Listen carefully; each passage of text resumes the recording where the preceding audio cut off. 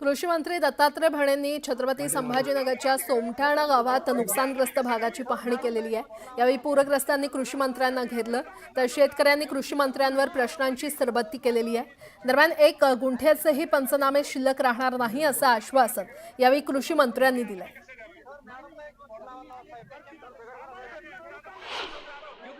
तुम्ही अजिबात काळजी करू नका। तुमचे जे या अतिवृष्टीमुळे नुकसान झाले त्यामुळे तुम्हाला आम्ही नक्की 100% शासन तुमच्या बरोबर आहे। शेवटी शासन पण तुमच्या जीवावरती आहे आणि शेतकऱ्यांचा विचार करणारे शासन आहे, त्यामुळे अजिबात काळजी करू नका।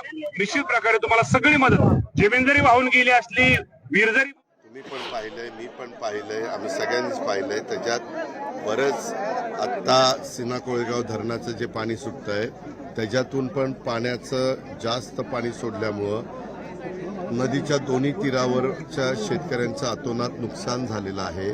बऱ्याच जणांची घरं, काही ठिकाणी ग्रामपंचायत कार्यालय, या गावामध्ये आपलं शाळा, अशा अनेक पाण्यामध्ये गेलेलं आहे।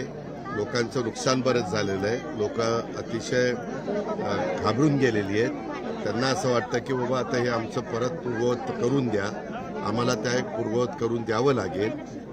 काही ठिकाणी केटीवेअरचं स्ट्रक्चर ऑडिट करावं लागेल, उंची पुलांची वाढवावी लागेल आणि जे पिकांचं नुकसान झालेलं आहे, विशेषतः इथं उडीद, त्याच्यानंतर तुमचा कांदा, त्याच्यानंतर ऊस, त्याच्यानंतर तूर आणि मका, अशी काही पिकं ह्या भागामध्ये आहेत। त्या पिकांचे पण जे पाण्यामध्ये असलेले पंचनामे करायला लावलेत। जिथं ओढा आणि नाले आणि नदी हे जे काही पाणी वाहून जाण्याच्या बाबी आहेत त्या सगळ्यामध्ये दोन्ही तीरावर पाणी न मावल्यामुळं पाण्याने वाट काढली आणि तिकडं जमीन वाहून गेली। मळशीची किंवा काही मळईची म्हणतात, ती मोठ्या प्रमाणावर जमीन नदीच्या कडेची पाण्याचा जोरात प्रवाह असल्यामुळं वाहून गेलेली आहे। आम्हाला नदीकाठच्या भागातलं किंवा जिथं पाण्याने नुकसान झालंय अशा ठिकाणी बरंच काम करावं लागणार आहे। आज मुख्यमंत्री पण महाराष्ट्रात काही भागामध्ये दौरे करतायत, माझ्या माहितीप्रमाणे एकनाथराव पण करतायत, मी करतोय, बाकीच्या पण मंत्र्यांना सांगितलेलं आहे आणि वेगवेगळ्या ठिकाणी लोक थांबवत आहेत, त्यांच्या अडचणी सांगतायत, निवेदनं देत आहेत, त्यांच्या मागण्या करतायत। धाराशिवमध्ये मंत्री गिरीश महाजन यांनी पूरग्रस्त भागाचा पाहणी दौरा केलेला आहे। यावेळी त्यांनी पूरग्रस्त शेतकऱ्यांशी चर्चा केली। पावसामुळे शेती पूर्ण उद्ध्वस्त झालेली आहे आणि तात्काळ मदत देण्याची मागणी शेतकऱ्यांनी केलेली आहे।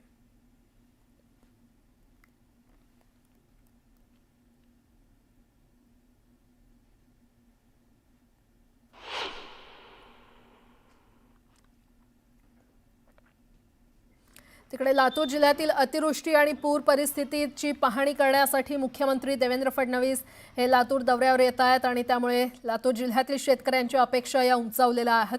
मुख्यमंत्री येणार असल्यामुळे आपल्याला भरीव मदत मिळेल अशी अपेक्षा इथल्या शेतकऱ्यांना आहे।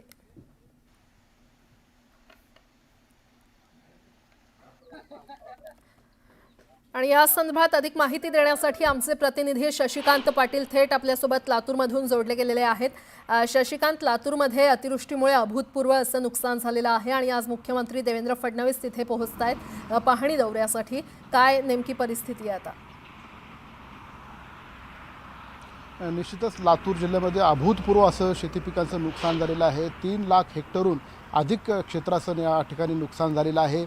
जवळपास 120% पाऊस लातूर जिल्ह्यामध्ये झालेला आहे। 800 मिलीमीटर इतका पाऊस झालेला आहे आणि सगळेच नदी नाले ओढे हे तुडुंब भरून वाहत आहेत। मांजरा प्रकल्प, निम्न तेरणा प्रकल्प, तावरजा प्रकल्प, रेना, तिरू अशा सगळ्या प्रकल्पामध्ये पाणी साठल्यामुळं शेती पिकांचं मोठं नुकसान झालं। त्यात वरून पाऊस पडलेला आहे, अनेक शेतामध्ये गुडघाभर इतकं पाणी साचलेलं आहे आणि हीच परिस्थिती लक्षात घेऊन मुख्यमंत्री देवेंद्र फडणवीस हे आज लातूर जिल्ह्याच्या दौऱ्यावर येत आहे। दुपारी ते औसा तालुक्यातल्या उजनी या तेरणा नदीकाठच्या गावाला भेट देणार आहेत।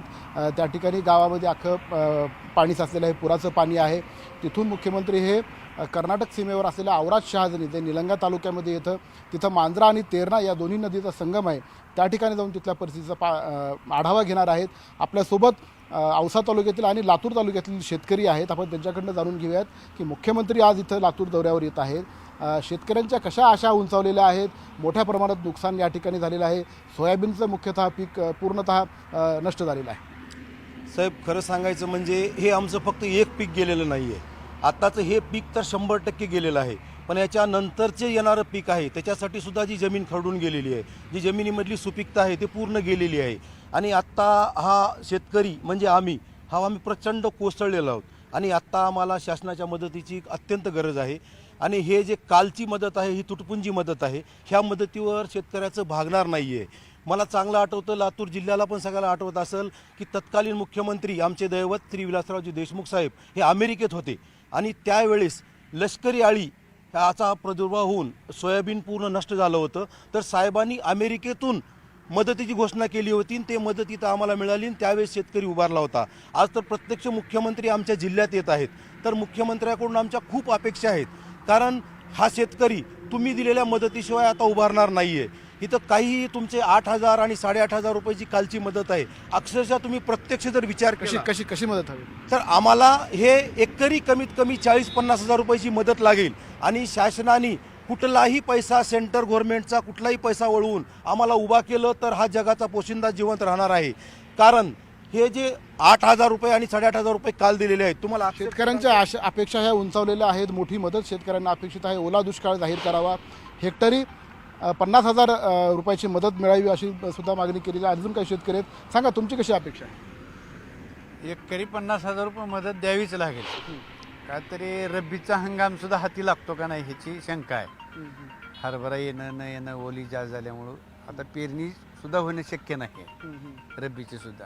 जमिनी खरडून गेले बिलकुल. आता ती दुरुस्त करायला पैसे नाहीत आता सध्या.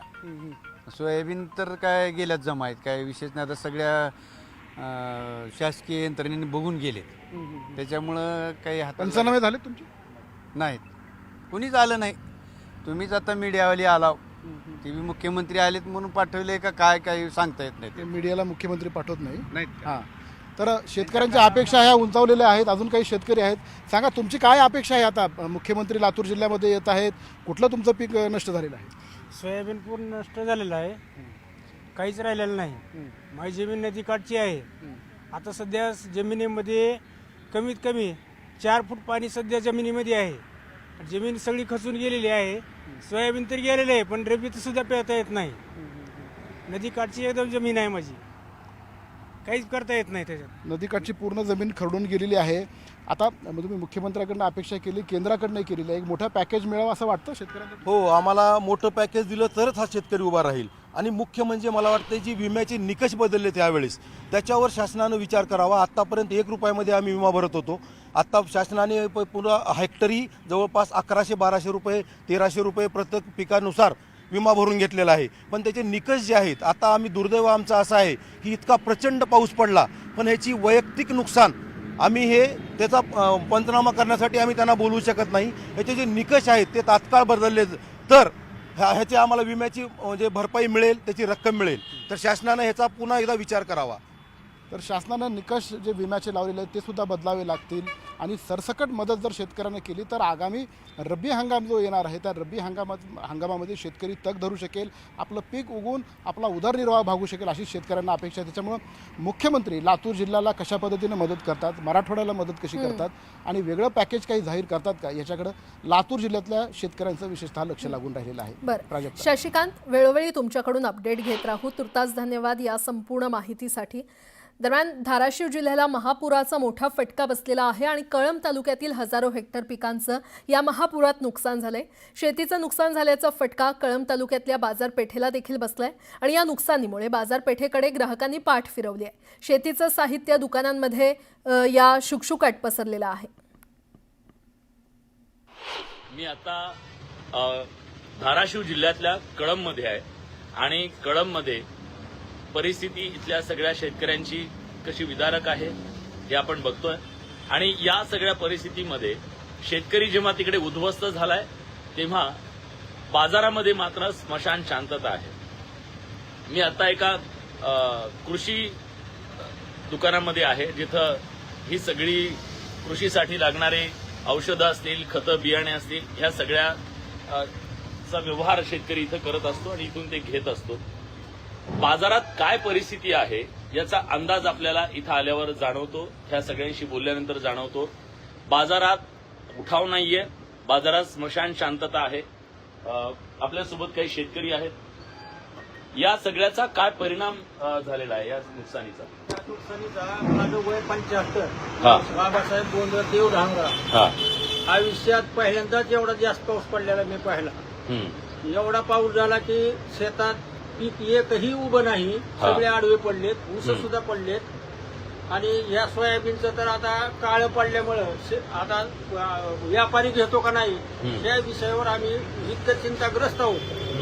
म्हणून आणि ह्या कृषीचे भाव तर चौपट पाचपट वाढलेत समजा खताचे बियाण्याचे. आणि आमच्या भावाला आता कुणीच विचारित नाही. सोयाबीन मला कळते तसं हीच भाव आहे. सरकार बांधतंय 5,000 ते 300 रुपये.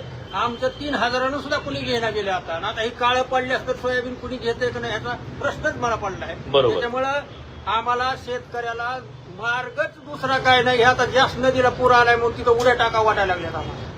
ही अस्वस्थता आहे इथल्या शेतकऱ्याची आणि उद्विग्नता सुद्धा आहे. आपल्यासोबत व्यावसायिक आहेत, आपण त्यांना बोलूया. बाजारात स्मशान शांतता दिसते, गजबजलेली सुगीच्या दिवसामध्ये तर बाजारपेठ गजबजलेली दिसते. सुगीचे सध्या दिवस आहेत, पण आज मात्र ही स्मशान शांतता आहे. खूप शांतता आहे. शेतकरी एवढं हाल झालंय, त्यांना एवढं मोठं नुकसान शेतकऱ्याचं झालंय की आम्हाला सुद्धा समजा त्यांच्याकडे बाकी वगैरे काय असते तर आम्हाला सुद्धा माग वाटणार. एवढी परिस्थिती बेकार झाली शेतकऱ्याची. आता शेतकरी एवढा अडचणीत येण्यामागचं कारण काय आहे तर गेल्या 10 वर्षात इथल्या शेतकऱ्याचे शेतीचे भाव वाढले नाहीत आणि हे सगळ्यात महत्वाचं कारण आहे. पण शेतीसाठी लागणाऱ्या ज्या खतं बियाणे आहेत त्याचे कसे भाव वाढलेले आहेत. 10 वर्षांमध्ये किती भाव वाढले या सगळ्याचे? एका खताच्या पोत्यामागे 700 ते 800 रुपये वाढले. 20-0-13 950 होता, आज 1500 रुपयाला झालाय. 15-15 होता ते 1470 होता, आज 1650.